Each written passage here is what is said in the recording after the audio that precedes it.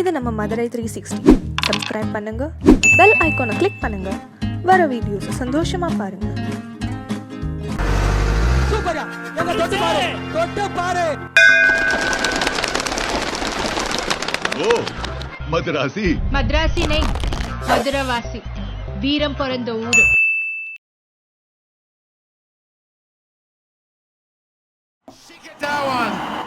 Danger man gone. First ball of the playoff. It's one wicket, no runs. Nagaraj அடா பழனி, என்னடா சொல்லாம வந்திருக்க? Semester லீவுடா, அதான் எல்லாத்தையும் பார்த்துட்டு போலான்னு. வீட்டில் யாரும் இல்லை? எல்லாருமே ஒரு ஃபங்க்ஷன் போயிருக்காங்கடா, நான் மட்டும் தான் இருக்கேன். நீ போல? என்னடா முக்கியமான மேட்ச் நடந்துட்டு இருக்கு, அதை பார்ப்பாங்களா இல்லை விசேஷத்துக்கு போவாங்களா? சரி, வீட்டில் அப்பா அம்மாலாம் எப்படி இருக்காங்க? ஆமா, ஒன்று கேட்க நினைச்சேன். ஸ்டெர்லைட்டுக்காக நிறைய பேர் போராட்டி இருந்தீங்களே, அந்த ஆளை என்ன இழுத்து மூட்டாங்களா?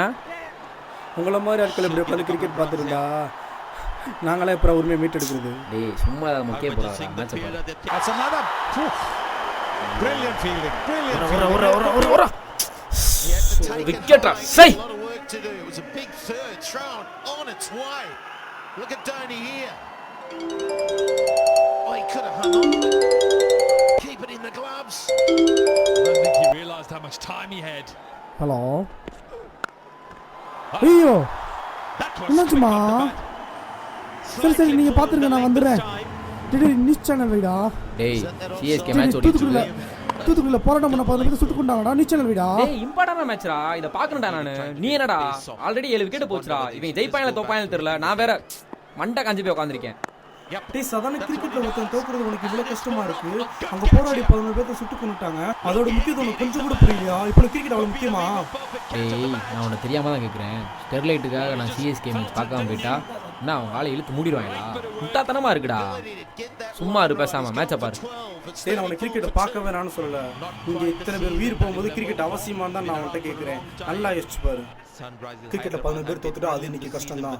அவங்க நாளைக்கு ஜெயிக்கலாம், இல்லை அடுத்த மேட்ச்ல ஜெயிக்கலாம். அவங்களுக்கு அடுத்த வருஷம் ஒரு சான்ஸ் கிடைக்கும். ஆனால் ஸ்டெர்லைட்டுக்கு பேட் பண்ண சொல்லி போராடி இறந்து போனால் அந்த 11 பேருக்கு நம்ம என்னடா பதில் சொல்ல போறோம்? ஐபிஎல் இந்த வருஷம் இல்லைன்னா நம்ம அடுத்த வருஷம் பார்க்கலாம். ஆனால் நம்ம இப்போ போராடலாம், நம்ம வேற எப்போ போராட போறோம்? சாரா என்ன மன்னிச்சிடறா, நீ சொல்றது எனக்கு புரியுது. சரி, அத்தம்மா அவன் பொண்ணை போட்டு நம்ம வீட்டுக்கார சொல்றா, நம்ம அவங்களே சேஃப்டி பண்ணுவோம். நம்ம குடும்பத்துக்காக போராடுறது மட்டும் போராட்டம் கிடையாதுடா, நம்ம இனத்துக்காகவே போராடணும். அதுதான் போராட்டம். நம்ம கண்டிப்பாக போராடுவோம். எங்கள் மாமாவுக்கு தெரிஞ்சதான் சிஎம்மாக இருக்காரு. நம்ம போய் காலைல போய் ஒரு மனு கொடுத்து வந்துடுவோம். சரியா?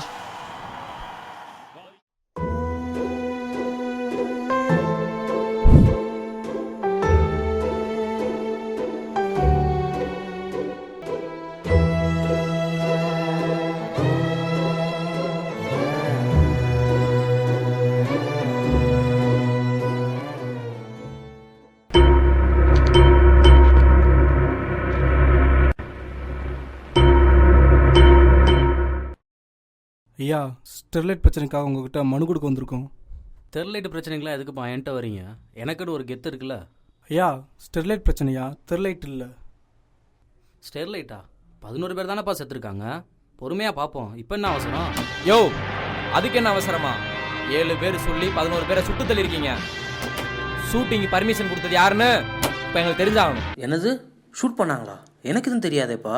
டேய் யாரா அவன்? சரியான கேனையா இருப்பேன் போல. இவன்கிட்ட போய் வந்தான் பாடுறா. நீ இல்லை அந்த சீட்டில் உட்காந்துட்டு இதை கூட பிடுங்க முடியாது. வாடா. சை, இவெல்லாம் ஒரு சிஎம், இவெல்லாம் நம்ம நாட்டுக்கு தேவையாடா? விட்றா. யாரடா தப்பு சொல்றது? மக்களுக்கு தீங்கு வரும் தெரிஞ்சோ அந்த கார்பரேட் கம்பெனிக்கு லைசன்ஸ் கொடுத்தானே அந்த அரசு அதிகாரி, அவனை தப்பு சொல்றதா? இல்ல தன்னோட மாநில மக்கள் சுடுபட்டு சாகும்போது துப்பாக்கி சூடு ஒரு தவிர்க்க முடியாத விஷயம்னு சொல்றானே அந்த மினிஸ்டர், அவனை தப்பு சொல்றதா? இப்படி ஒரு விஷயம் நடந்ததே தெரியாதுன்னு சொல்லி கைவிரிக்கிறானே அந்த சிஎம், அவனை தப்பு சொல்றதா? இவ்வளவு நடந்தும் அதை நிறுத்தி கேள்வி கேட்காம இருக்கானே அந்த எதிர்கட்சிக்காரன், அவனை தப்பு சொல்றதா? இதெல்லாம் கொஞ்சம் கூட மனசாட்சி இல்லாம செஞ்சுட்டு இருக்கிற இது ஒரு ஜனநாயக நாடா? இப்போ நீ சொன்ன பத்தியா, அது எதுவுமே தப்பு இல்லடா. ஆளவே தெரியாத அயோக்கிய பசங்க எல்லாம் 5 வருஷத்துக்கு ஒரு தடவை ஆட்சியில் உட்கார வச்சு அழகு பார்த்த பத்தியா, அது நம்ம பண்ண தப்பு. எதிர்த்தே கேள்வி கேட்க தெரியாதெல்லாம் எதிர்க்கட்சி தலைவராக்கணும் பத்தியா, அது நம்ம பண்ண தப்பு. ஒழுங்கா வேலை பார்த்துட்டு இருந்த அரசு அதிகாரிகளுக்கு லஞ்சம்னு ஒண்ணு கொடுத்து அதே பழக்கி விட்டோம் பத்தியா, அது நம்ம பண்ண தப்பு. இவ்வளவு ஏண்டா ஒவ்வொரு எலெக்ஷன்லயும் ஓட்டுக்காக 500-1000 வாங்கி நம்ம உரிமையும் ஓட்டையும் வித்து பண்ண அடுத்தவர்கள் அனாதையா நிக்கிறோம் பத்தியா, அது நம்ம பண்ணதுல மிகப்பெரிய தப்புடா. என்ன கேட்டா ஸ்டெர்லைட்டுக்காக தூத்துக்குடிக்காரங்க மட்டும் போராடக்கூடாதுடா, தமிழனா பிறந்து நெஞ்சில வெறியுள்ள எல்லாரும் சேர்ந்து போராடணும்டா. அப்ப மட்டும்தான் அந்த மாதிரி போராட்டம் வெற்றி அடையும். ஓட்டுக்காக காசை வாங்கிட்டு இந்த மாதிரி சில்லறையெல்லாம் நம்ம நாணயத்தை எதிர்பார்த்தோம்னா நம்ம நாடு நாசமா தான்டா போகும். ஓட்டுக்காக காசை வாங்க கூடாதுன்னு சொல்லி நம்ம மனசுக்குள்ளே ஒவ்வொரு செகண்ட் நம்ம போராடிக்கிட்டு இருக்கணும்டா. ஆனா மச்சான், சிரியாண்ட ஒரு நாட்டுல எத்தனையோ மக்களை சுட்டு கொண்டாங்க, இங்க அதுக்காக எத்தனையோ பேர் குரல் கொடுத்தாங்க இல்லையா? ஆனா இங்க தமிழை சுட்டுக் கொல்லப்படும் போது தமிழனுக்காக குரல் கொடுக்க ஒருத்த இல்லையேடா. இவ்வளோ ஏன் தமிழுக்காக குரல் கொடுக்க தமிழனே இல்ல. ஏண்டா நேத்து வர நீ கூட கிரிக்கெட் தானே முக்கியம் இருந்த. இந்தியா சுதந்திரம் வாங்கினதுக்கு அப்புறம் அதுவும் தமிழ்நாட்டில் ஒரு பெண் முதல் முறையாக சுட்டுக் கொல்லப்பட்டது இப்பதான். இது எவ்வளவு பெரிய கேவலமான விஷயம் தெரியுமா? இந்த மாதிரிலாம் நம்ம பேசிக்கிட்டே இருந்தா ஒண்ணுமே நடக்க போறதுலடா. சும்மா வாட்ஸ்அப் ஸ்டேட்டஸ்ல மட்டும் பேன் ஸ்டெர்லைட் அப்படி இப்படின்னு லூசுத்தனமா போறதுனால மட்டும் எதுவுமே நடக்க போறதுலடா. ஏமாற்றத்தை நீக்கி மாற்றத்தை நோக்கி போவோம். இது நம்ம கையில இல்ல, நம்ம கையில இருக்கு.